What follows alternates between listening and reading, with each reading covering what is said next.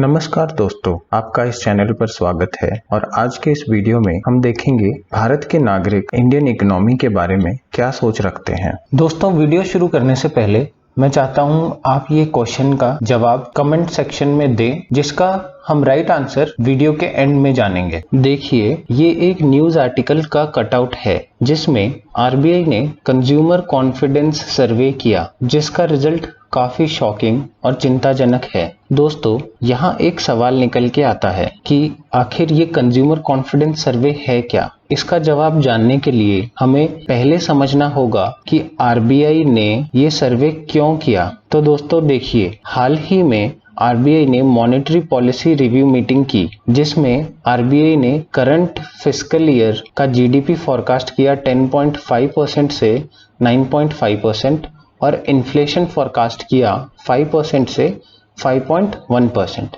देखिए, आरबीआई की जिम्मेदारी होती है कि वो देश में हो रहे इन्फ्लेशन को कंट्रोल में रखे, और ये करने के लिए आरबीआई मॉनेटरी पॉलिसी का यूज करती है, जिसमें वह time to time repo rate और रिवर्स रेपो रेट को चेंज करके इकोनॉमी में मनी फ्लो को कंट्रोल करते हैं, जिसके कारण इन्फ्लेशन भी कंट्रोल में रहता है। इसी चीज को ग्राउंड लेवल पर चेक करने के लिए आरबीआई ने कंज्यूमर कॉन्फिडेंस सर्वे किया। दोस्तों, अब जानते हैं कि ये कंज्यूमर कॉन्फिडेंस सर्वे है क्या।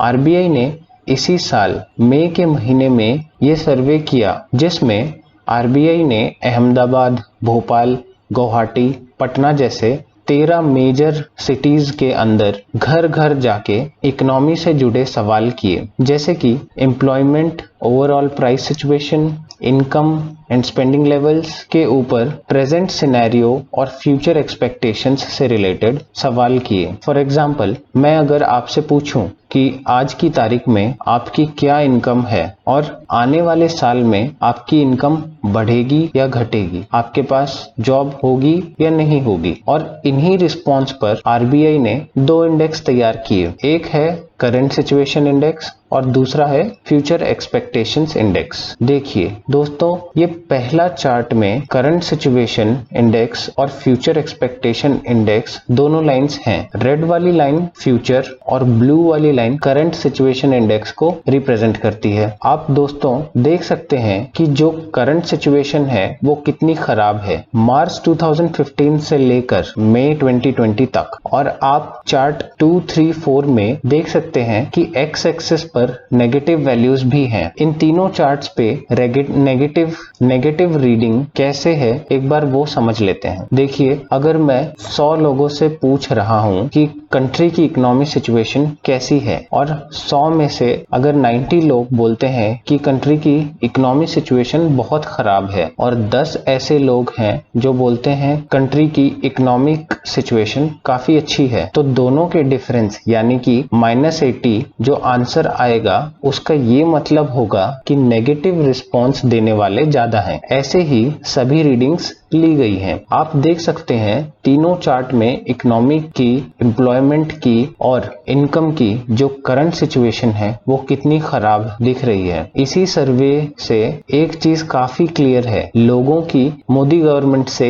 एक्सपेक्टेशंस काफी है, लेकिन मोदी सरकार उनको पूरा नहीं कर पा रही। ये भी हो सकता है कि कोविड का इफेक्ट है, लेकिन गवर्नमेंट की कंसिस्टेंसी 2019 के पहले से नीचे आती जा रही है। आरबीआई ने साथ ही स्पेंडिंग लेवल्स पर भी डेटा कलेक्ट किया, specially on non essential items. Non essential items का मतलब है जैसे कि ट्रैवलिंग करना, बाहर जाके खाना खाना, और लग्जरी आइटम्स परचेज करना जैसे कि कार, बाइक्स एक्सेट्रा। इस डेटा से ये पता चला कि 2018 के जुलाई महीने से लोग लग्जरी आइटम्स पे काफी कम खर्चा कर रहे हैं, और जैसे ही 2019 में कोविड क्राइसिस आया, उसमें तो हालत और भी खराब हो गई। देखिए, ऐसी हालत में गवर्नमेंट और प्राइवेट सेक्टर को साथ मिलकर काम करना पड़ेगा, जिससे कि हमारी कंट्री में jobs, new startups, growth of companies और पर कैपिटा इनकम इंक्रीज हो। और दोस्तों जाते जाते इस सवाल का जवाब है ऑप्शन ए,